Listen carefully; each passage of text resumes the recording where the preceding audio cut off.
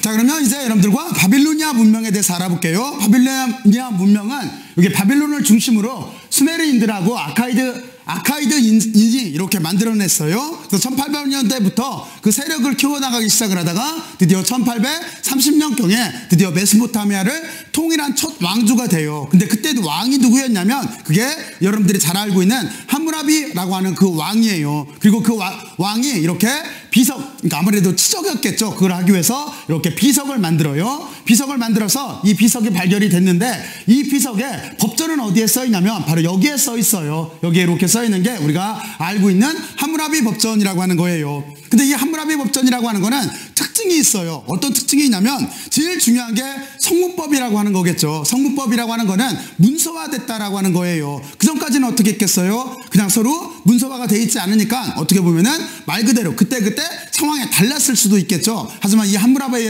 법전의 특징은 성문법이에요. 성문화로, 다시 말해서 여기에 법이 좀 이따 보여주겠지만 법이 써 있어요. 근데 이 법의 특징은 어떤 특징이 있냐면 요즘 법하고는 많이 달라요. 여기에는 말 그대로 눈에는 눈, 이에는 이, 바로 이 말이 나오는데 여기에서는 보복주의예요. 보복주의. 그런데 이 보복을 할 때 약간 또 다른 차별이 있어요. 어떤 차별이 있냐면 귀족이 노예한테 잘못을 했을 때하고 그리고 또 하나 노예가 귀족한테 잘못을 했을 때하고 서로 달라요. 그러니까 쉽게 말해서 노예가 귀족한테 잘못하면은 진짜로 말 그대로 형벌을 받아요. 신체적인 손상을 입는 또는 목숨까지도 있는 형벌을 받아요. 하지만 귀족이 잘못했을 때는 그냥 제물로서 배상을 해주면 됐었어요. 이것처럼 이 함무라비의 법전의 특징은 어떤 특징을 가지고 있냐면 성문법인 동시에 보복주의 법이에요. 그리고 이 보복을 할 때 서로 약간 신분차별적인 법을 특징을 가지고 있는 게 여기에는 함무라비 법전의 특징이에요. 그러면 여러분들은 지금 보면은 여기에 바빌론을 처음으로 통일한 왕조가 메소포타미아를 처음으로 통일한 왕조가 바빌론이라고 하는 걸 배웠잖아요. 그러면 우리가 이 메소포타미아하고 이집트를 두 개를 합친 거를 아까 오리엔트 문명이라고 그랬어요. 그러면은 오리엔트를 처음으로 통일한 데는 어딜까요? 여기 있는 바빌론일까요? 아니에요. 바빌론은 나중에 좀 전에 설명을 했듯이 히타이트한테 망해요. 왜냐하면 히타이트들이 그 철기를 사용을 했기 때문에. 그래서 여기에 오리엔트를 처음으로 통일한, 다시 말해서 메소포타미아 문명하고 이집트 문명을 처음으로 통일한 쪽은 아시리아예요. 먼저 여러분들은 그 차이점에 대해서 이렇게 알고 있어요. 자, 그러면 여러분들은 여기까지 적당히 그 내용을 알았을 테고, 자, 그리고 나서 여기 바빌로니아는 아까도 말했지만 처음에는 여기에서 수메르인들이 여기가 하구겠죠? 여기쯤이겠죠? 여기서 시작을 했다가 점점 강타고 이렇게 올라가요. 고대 바빌로니아는. 그리고 나서 그 뒤부터는 세력을 이렇게 확장을 해나갔었어요. 먼저 이렇게 지도상으로 여러분들이 어떻게 문명하고 문화가 전파됐겠구나라는 걸 먼저 예상을 해봐요. 자, 그리고 여기 보면은 이제 아까 설명을 했듯이 중요한 부분은 메소포타미아를 처음으로 통일한 사람이 여기에는 함무라비 왕이에요. 그러면 여러분들이 황하고 양치각을 중심으로 해서 처음으로 통일한, 중국을 처음으로 통일하는 사람이 누굴까요? 이건 여러분들이 잘 알고 있을 거예요. 맞아요. 우리하고 바로 옆에 근접해 있어서 바로 이분은 진시황이에요. 그렇잖아요. 그러면 진시황도 어떤 걸 했었어요? 그것도 똑같아요. 이렇게 황제로 등극을 했을 때 그때 보면은 법전, 그리고 도량을 만들고 법전을 만들고 법을 만들고 도량을 만들고 바로 이런 것들을 했었잖아요. 바로 이쪽도 똑같은 절차를 이렇게 아마 거쳤게 됐을 거예요. 자, 그래서 함무라비 법전이라고 하는 거는 좀 전에 말했지만 여기에 새겨져 있는데 함무라비 왕은 누구냐면 1792년부터 1750년까지 여기 바빌론을 통치한 왕이에요. 자, 그리고 여기 보면은 법전, 고대 바빌로니아 법전을 처음으로 이렇게 만들어요. 자, 그리고 여기 보면은 좀 전에 설명을 했듯이 보복주의가 특징이에요. 그리고 여기에 보면은 신분 차별적이에요. 그래서 여러분들은 이렇게 돼서 이제 요 말도 이렇게 중요한데 그 전까지는 이게 세계에서 가장 오래된 법전이라고 생각을 했었어요. 근데 그 뒤에 다시 수메르 법전이 발견이 됐어요. 근데 어쨌든지 간에 역사적인 의의는 성문법이라고 하는 거예요. 성문법. 다시 말해서 문서화된 글자로 이렇게 적어놓은 법이라는 뜻인 거예요. 자, 그러면 여러분들은 이제 여기까지 이렇게 잘 알았을 테고, 그리고 아까 좀 전에 말했듯이 여기에 또 하나 사원을 만들어서 이렇게 관리들도 양성을 했어요. 그리고 멸망은 1530년에 여기에 히타이트의 침입으로 이렇게 망했는데 이 히타이트들은 철제 무기를 사용을 했어요. 그래서 청동기보다 우수한 철제를 사용해서 당연히 뭐 무기가 틀리면 어쩔 수가 없었겠죠. 그래서 이렇게 바빌로니아는 이렇게 멸망의 길로 이렇게 가게 돼 있어요. 자, 그러면 여기까지 이렇게 알아봤고, 이쪽에서 우리가 관심 있는 거는 여기 함무라비 법전이라고 하는 게 도대체 어떻게 돼 있나 하는 건데, 그런데 여기에 대해서만 잠깐 알아볼게요. 자, 그래서 일단 하무라비와 법전이라고 하는 거는 여기에 있는 요 비석에 바로 여기에 써 있는 이렇게 쐐기형 문자예요. 문자로 이렇게 돼 있는 건데 여러분들이 여기를 조금 봐보면 쭉 훑어보면 알겠지만 이게 지금 법하고는 정말로 많이 달라요. 그래서 여기 보면은 좀 깜짝 놀랄, 지금 입장으로 보면 깜짝 놀랄 얘기들이 이렇게 써 있어요. 여기의 특징은 아까도 말했지만 성문법이라고 하는 막강한 강점을 가지고 있는 거죠. 하지만 여기에는 신분차별적이고 보복주의적이에요. 그래서 여기에 요 말을 먼저 보면 금방 이해가 가요. 눈에는 눈, 이에는 이. 그러니까 다시 말해서 어떤 사람이 다른 사람의 눈을 멀게 했으면 그 사람의 눈을 뺄 것이라고 돼 있어요. 지금 입장으로 보면 깜짝 놀라죠. 그리고 밑에도 비슷해요. 의사가 수술을 하다가 환자가 죽었으면은 어떻게 돼요? 의사의 손을 자른다라고 돼 있어요. 근데 여기도 약간 달라요. 의사가 누구를 수술했느냐가 다른 거예요. 쉽게 말해서 의사가 귀족을 수술했는지 아니면은 노예를 수술했는지에 따라서 약간 달라요. 다시 말해서 여기 보면은 노예가 귀족의 뺨을 때리면은 귀를 자른다라고 돼 있잖아요. 그러니까 무슨 얘기냐면 노예가 잘못을 했을 때는 정말로 신체적인 손상을 줬어요. 하지만 귀족이 잘못했을 때는 대다수 제물로서 때울 수가 있었어요. 이것처럼 약간 신분차별적인 법이었었어요. 이거 말고도 몇 가지 더 조항들이 쭉 있어요. 여러분들이 한번 찾아보면 금방 알 수가 있을 거예요. 하지만 여러분들은 여기에서 아까 말했듯이 성문법 그리고 보복주의가 있었다는 거 그리고 또 하나 신분차별적이었다는 것 정도만 이렇게 기억을 해두면 될 거예요. 자, 그러면 이쪽은 이렇게 넘어가서 이제 우리의 관심사인 여기에 있는 과학과 기술 쪽으로 와보죠. 자, 그러면 여기 바빌로니아에서도 보면은 여기에 숫자가 유명을 해요. 그래서 여기 보면은 바빌로니아 시대에 이렇게 출토된 기원전 여기 보면 600에서 400년경에 출토된 여기에 있는 쐐기 문자가 이렇게 있어요. 그리고 여기 보면은 이게 글자 모양이에요. 1부터 시작을 해서 60지법을 썼는데 여기까지는 50까지 이렇게 써 있는 글자예요. 자, 그러면 여기에 특징은 어떻게 되어 있는 거냐면 바빌로니아 숫자는 고대 바빌로니아에서 사용된 60진법을 기반으로 한 이렇게 수체계예요. 그리고 여기는 좀 전에 말했듯이 갈대로 만든 천필을 사용해요. 이게 갈대예요. 갈대를 깎아서 만든 그 천필을 사용해서 점토판에 이렇게 찍어서 만든 거예요. 그거를 우리가 쐐기 문자라고 이렇게 하는 거예요. 그리고 좀 전에 설명했듯이 이 60진법이 지금도 남아있어요. 어디에 남아있냐면 우리가 1시간을 60분으로 나눈다든가 또는 원을 360도로 나눈다든가 이런 것들이 바로 수메리인들하고 바빌로니아인들의 그 문화적 유산이 지금까지도 이렇게 남아있는 거예요. 자, 그리고 이때부터 드디어 이제 슬슬 수학과 천문학이 발달을 하기 시작을 해요. 그래서 여기 보면은 제곱근이나 세제곱 같은 것도 알았어요. 그리고 여기에는 이 문자를 사용을 해서 바빌로니아 숫자를 사용을 해서 분수 계산도 했다라는 걸 알 수가 있어요. 그리고 2차 방정식이나 3차 방정식 해도 알았었고 그리고 또 하나 피타고라스 정리도 이렇게 이해를 하고 있었어요. 피타고라스 정리는 여러분들은 이제 피타고라스가 발견을 했다라고 저도 처음에는 배웠어요. 하지만 여러분들이 조금만 더 이렇게 공부를 해보면은 실제는 피타고라스가 발견을 하기 전에 이미 여기 바빌로니아 사람들도 알고 있었지만 또 하나 중국에서도 알고 있었어요. 중국에서도 알고 있었었는데 왜 이 당시 사람들은 저 피타고라스 정리라고 하는 거를 왜 이렇게 중요하게 생각을 하고 먼저 알고 있었을까요? 어디에 쓰였을까요? 피타고라스 정리가? 피타고라스 정리의 특징을 보게 되면은 우리가 이렇게 보면은 이쪽이 직각이에요. 직각. 그렇죠? 길이의 비율하고 여기 빗변사의 관계인데 여기가 직각으로 되게 돼 있어요. 그럼 직각은 어디에다 이용을 했을까요? 맞아요. 이게 성 같은 걸 쌓는 건축술에 이용을 했어요. 그래서 이거를 매듭으로 만든 이렇게 끈에다가 줄로 매듭으로 만들었어요. 매듭으로 만들어서 그거를 지금 보면 피타고라스 원리인데 그 실 매듭으로 그러니까 줄에다가 매듭을 만들어서 그걸 이용해서 직각을 만들었던 거예요. 그 직각을 이용해서 건물이 무너지지 않게 성 같은 걸 축조할 수가 있었던 거예요. 그래서 고대 문명에서 보면은 이 피타고라스 원리는 피타고라스가 발견하기 전부터 여러 문명에서 알고 있었어요. 자, 그러면 됐고, 자, 이제 우리의 또 하나 관심사는 여기에 있는 우주관인 거죠. 좀 이따가 이제 이 우주관을 바탕으로 해서 간략하게 우리의 목적대로 부연 설명을 해줄 건데, 여기 보면 우주관은 이 당시에는 우주는 바다에 둘러싸인 반구라고 생각을 했어요. 자, 그러면 여러분들이 먼저 반구를 생각을 해봐요. 반구. 그러면 구가 있다라고 한다면 반을 딱 자르면 되겠죠. 그렇죠? 그리고 이 바깥에가 이렇게 우주로 둘러싸여 있고 아래쪽이 아마 지상 세계 같은 그런 식 상상을 했을 거예요.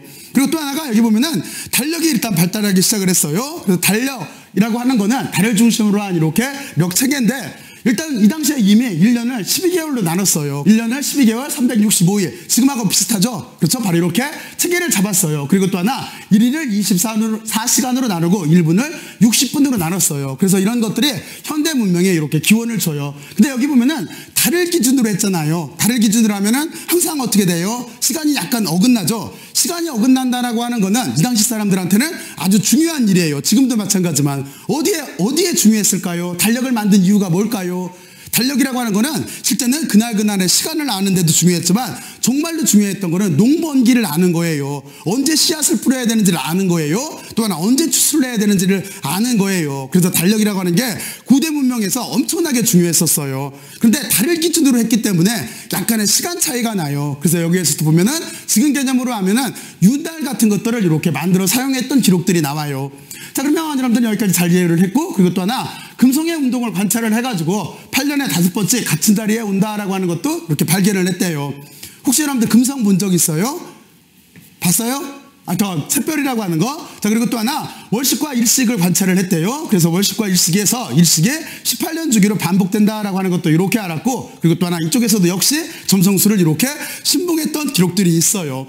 자, 그러면 여러분들은 바로 저 천문우주가 발달하게 되는 이유가 뭐냐면 아까도 말했지만 이때 당시 사람들한테는 이런 점성술 같은 것도 중요했지만 또 하나가 실제 생활권에서 농번기, 농사를 짓고 할 때 그 파종하거나 또는 추수를 할 때 시점을 아는 거하고 연결이 돼 있기 때문에 엄청나게 중요했던 거예요. 나일강 같은 쪽에서는 또 하나 나일강의 범람하고 관련이 돼 있어요. 나일강이 이게 범람을 하는 거예요.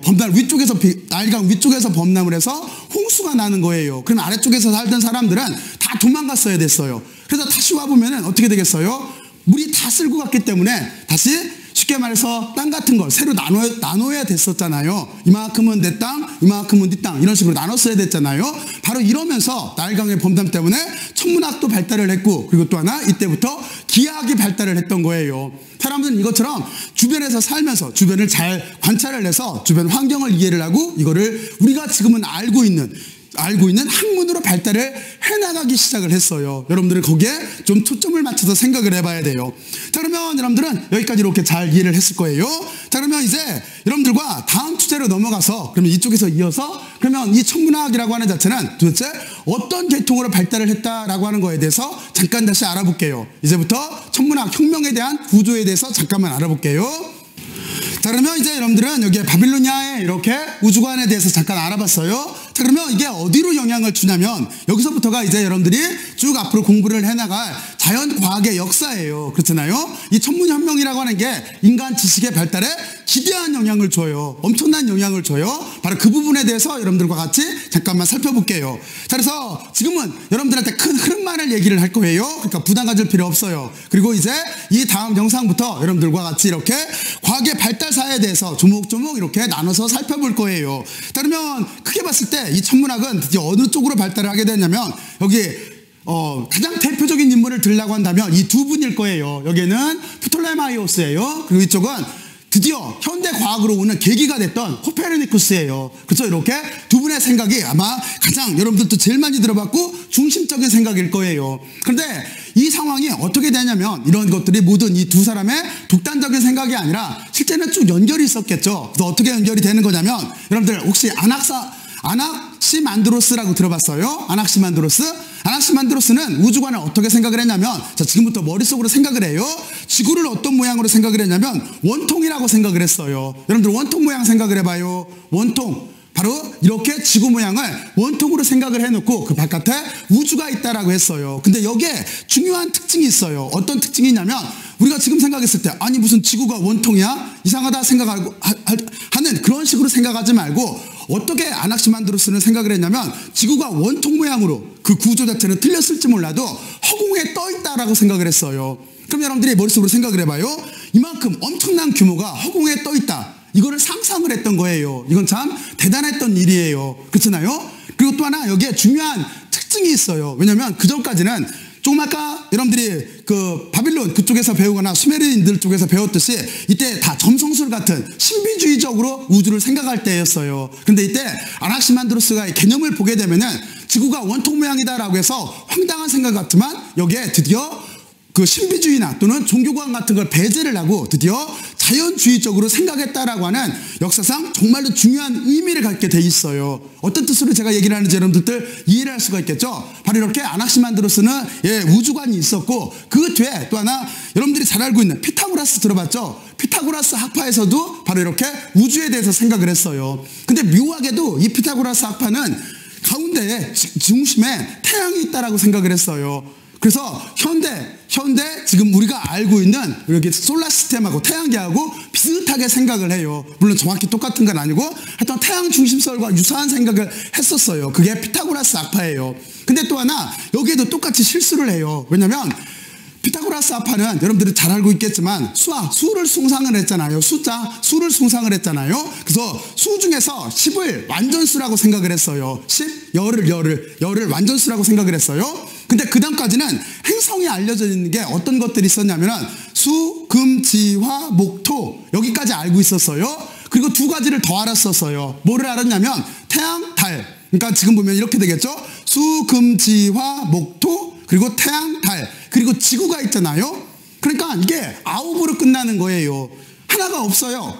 왜냐면 자기들이 생각한 완전수는 10인데 그래서 어떤 생각을 해놨냐면 그 카운터스라고 해가지고 반대편 지구라고 해서 추상적인 지구가 또 하나 있다라고 생각을 해요. 여기서부터는 좀 황당하죠? 하여튼 이런 식으로 생각을 했던 게 피타고라스 학파의 우주론이에요. 자, 그러면 여러분들은 여기까지 잘 이해를 했을 거라고 생각을 하고, 그리고 우리가 이제 자연철학의 거의 대표되는 자연철학이 시조라고 부를 수 있는 아리스토텔레스도 드디어 우주에 대해서 생각을 해요. 근데 아리스토텔레스는 우주를 어떻게 생각을 했냐면 어떤 물체든지 지구를 중심으로 떨어진다라고 생각을 했어요. 이 생각을 왜 하냐면 지구가 드디어 어떻게 생각을 했냐면 피타고라스 학파도 지구가 둥글다고 생각을 했어요. 그리고 아리스토텔레스도 지구가 그때쯤이면 이미 둥글다라고 하는 걸 알고 있었어요. 그러면서 그 말을 했던 거예요. 왜냐면 지구가 둥근데 반대편에 있는 사람은 어떻게 했을까가 이상했을 거잖아요. 여러분들 머리 생각해봐요. 머릿속으로 지구가 둥글어요. 이 위쪽에 있는 사람은 이렇게 서 있을 것 같은데 옛날 사람들 생각으로 반대편에 있는 사람은 뚝 떨어질 것 같잖아요. 그렇잖아요. 그래서 어떤 식 개념을 만들어내냐면 지구는 둥글다. 그런데 모든 물체는 지구의 중심으로 떨어진다라고 했던 거예요.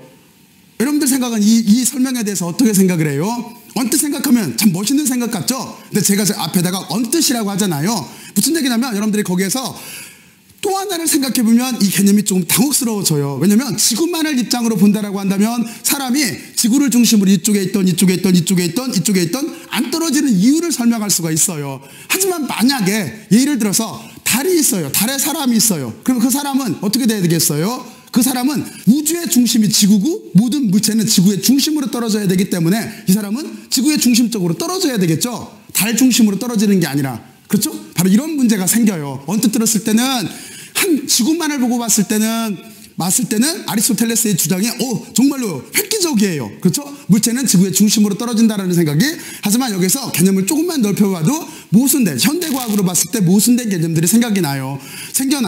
자, 그리고 그 뒤에 정말로 혁명적인 일을 해낸 사람이 여기에는 프톨레마이오스예요. 프톨레마이오스가 여기에는 알마게스트라고 하는 걸 통해서 드디어 천문학을, 그 전까지 쭉 내려오던 천문학을 다 집대성을 해요. 근데 이 배경은 어떻게 되냐면 우리의 정말로 주제거리인 그리스 철학자들이 좀 있으면 나올 거예요. 그 그리스 철학자들이 상당히 많은 업적들을 만들어내요. 그런데 그때 다시 어떤 일이 벌어지냐면 다시 이런 게 시들해지면서 그런 것들이 아랍으로 넘어가요. 아랍으로 넘어갔다가 나중에 다시 유럽으로 다시 들어와요. 그래서 그거를 집대성한 사람이 여기 있는 프톨레마이오스예요. 그러면서 프톨레마이오스는 그걸 쭉 연구를 해서 어떻게 주장을 하냐면 지구 중심설을 주장을 해요. 왜냐면 지금 우리가 이렇게 있어도 지구가 고정되어 있는 것처럼 보이잖아요. 지구가 고정되어 있고 달도 지구를 중심으로 돌고 태양도 지구를 중심으로 돌고 별도 지구를 중심으로 도는 것처럼 우리는 느껴져요. 그렇잖아요. 바로 그래서 여기에는 프톨레마이오스는 알마게스트라고 하는 책을 통해서 천문학을 집대성을 했는데 지구 중심설, 다시 말해서 천동설을 주장을 하는 거예요. 지구가 중심이고 나머지 천체가 다 돈다라고 주장을 해요. 이게 이때부터 시작을 해서 쭉 내려와요. 쭉 내려오다가 드디어 코페르니쿠스 시대를 만나요. 코페르니쿠스가 여기 있는 요연도 1543년도에 드디어 여기에 있는 천구의 회전에 관하여 라고 하는 책을 통해서 그렇지가 않고 지구가 우주의 중심이 아니라 중심은 태양이다. 지구도 태양을 중심으로 돈다라고 하는 주장을 해요. 그렇잖아요? 바로 이때부터 이거를 우리가 천문혁명이라고 해요. 이때부터 우리는 근대과학 쪽으로 들어오는 거예요. 그렇잖아요? 바로 이게 인간 지성의 정말 정말로 결정적인 역할을 해요. 왜 그러냐면 우리가 알고 있던 모든 지식을 완전히 다 패러다임을 완전히 바꾸는 대변혁을 만든 게 바로 여기에 있는 코페르니쿠스의 이 지동설이에요. 여러분들이 이게 왜 그렇게 중요하냐면 이전까지는 모든 게 다 인간 중심으로 자연이 구성된 줄 알았어요. 그랬는데 지금 여기 설을 보게 되면은 지구에 있는 인간도 실제 자연의 일부라는 뜻인 거예요. 그렇잖아요? 바로 그 의미를 포함하고 있어요. 그래서 이 코페르니쿠스의 사고가 처음에는 못 받아들여요.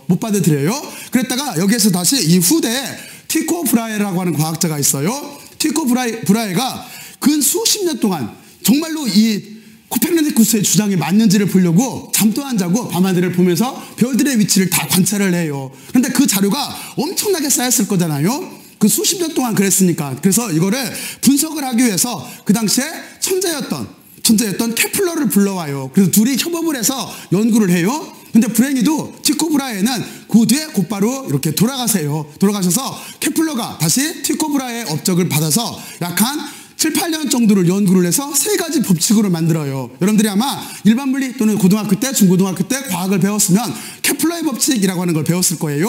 바로 그 케플러의 법칙이 그래서 나와요. 그리고 그 뒤에 진정한 천재가 태어나요. 그 진정한 천재가 누구냐면 여러분들이 잘 알고 있는 뉴턴이에요. 아이작 뉴턴이 태어나서 드디어 만유인력 법칙이라고 하는 걸 발견을 해요. 이 위대한 발견을 통해서 인류 문명과 문화는 다시 한번 재도약을 하게 돼 있는 거예요. 여기에는 문명 플러스 문화까지도 바뀌어요. 그렇잖아요. 왜 그러냐면 문명적으로 보면은 실제 코페르니쿠스의 변혁을 이끌어내서 결정적으로 다 종지부를 찍는, 마치 지금으로 보면은 사실 여기에 보면은 지상계와 천상계라고 하는 개념이 들어가는데 하여튼 그 두 개를 통합한 최초의 통일 이론이 되는 거예요. 그만큼 중요했던 게 뉴턴의 만유인력 법칙이에요. 지상계와 천상계는 어떤 구별이냐면 그 전까지는 그리스 철학 때문에 우주를 두 가지로 나눴어요. 어떻게 나눴냐면 인간들의 세상인 지상계가 있고 그리고 그 위 세상인 천상계가 있다라고 하는 거였었어요. 근데 뉴턴이 이거를 만유인력 법칙을 가지고 한 방에 부셔요. 왜냐면 사과가 떨어지는 세상이나 이쪽이 지상계예요. 사과가 떨어지는 운동이나 달이 도는 세상, 달 이해가 천상계를 봤어요. 그래서 달이 도는 운동이나 실제는 낙하 법칙에서 같다라고 하는 걸 찾아낸 게 만유인력 법칙이에요. 그래서 그 전까지 지상계와 천상계로 세상을 2분으로 나눠서 보던 거를 여기 있는 뉴턴이 만유인력 법칙을 통해서 하나로 합치면서 어떻게 주장을 하냐면 지상계가 있던 천상계가 있던지 간에 자연의 법칙은 동일하다라고 하는 게 주장한 게 만유인력 법칙이에요. 그래서 드디어 대변혁이 일어나요. 그러면서 우리는 과학의 세상으로 오게 돼 있는 거예요. 그러면서 덩달아 문화도 완전히 바뀌어요. 이 뒤부터 이제 계몽주의 사상이 나타나고 여러분들이 잘 알고 있듯이 계몽주의 철학자들이 등장을 시작을 하면서 근대 그리고 또 하나 현대 세상으로 이렇게 넘어오게 돼 있어요. 자, 그러면 이제 우리는 바로 이런 부분에 대해서 초점을 맞춰서 공부를 할 거예요. 그러니까 여러분들이 한번 먼저들 자료들을 한번 쭉 한번 찾아봐요. 그리고 또 하나 지금 4대 문명 중에서 아까 얘기했던 이집트 문명이나 또는 인도 문명이나 또는 중국 문명도 한번 이렇게 찾아봐요. 찾아보면 거기에서 많은 것들을 얻을 수가 있을 거예요. 그리고 또 여러분들은 천문학 혁명이나 또는 역학 혁명이나 또는 근대에 와서 양자론적인 혁명이나 이런 것들도 먼저 한번 여러분들이 쭉 찾아봐요. 양자론적 혁명에서 보게 되면은 여러분들이 지금 쓰고 있는 컴퓨터나 스마트폰이나 다 이게 양자역학을 바탕으로 만들어졌다라고 하는 걸 알 수가 있을 거예요. 그렇잖아요. 자, 그러면 이제 이런 재미난 내용을 여러분들과 같이 일단 공부를 해볼 거예요. 엄청 흥미롭죠? 자, 그러면 이제부터 하나하나 다 세부적 파트로 들어가서 한번 좀 더 자세하게 살펴보죠. 자, 지금까지 열심히들 들어서 고맙고 수고들 많이 했어요. 수고들 했어요.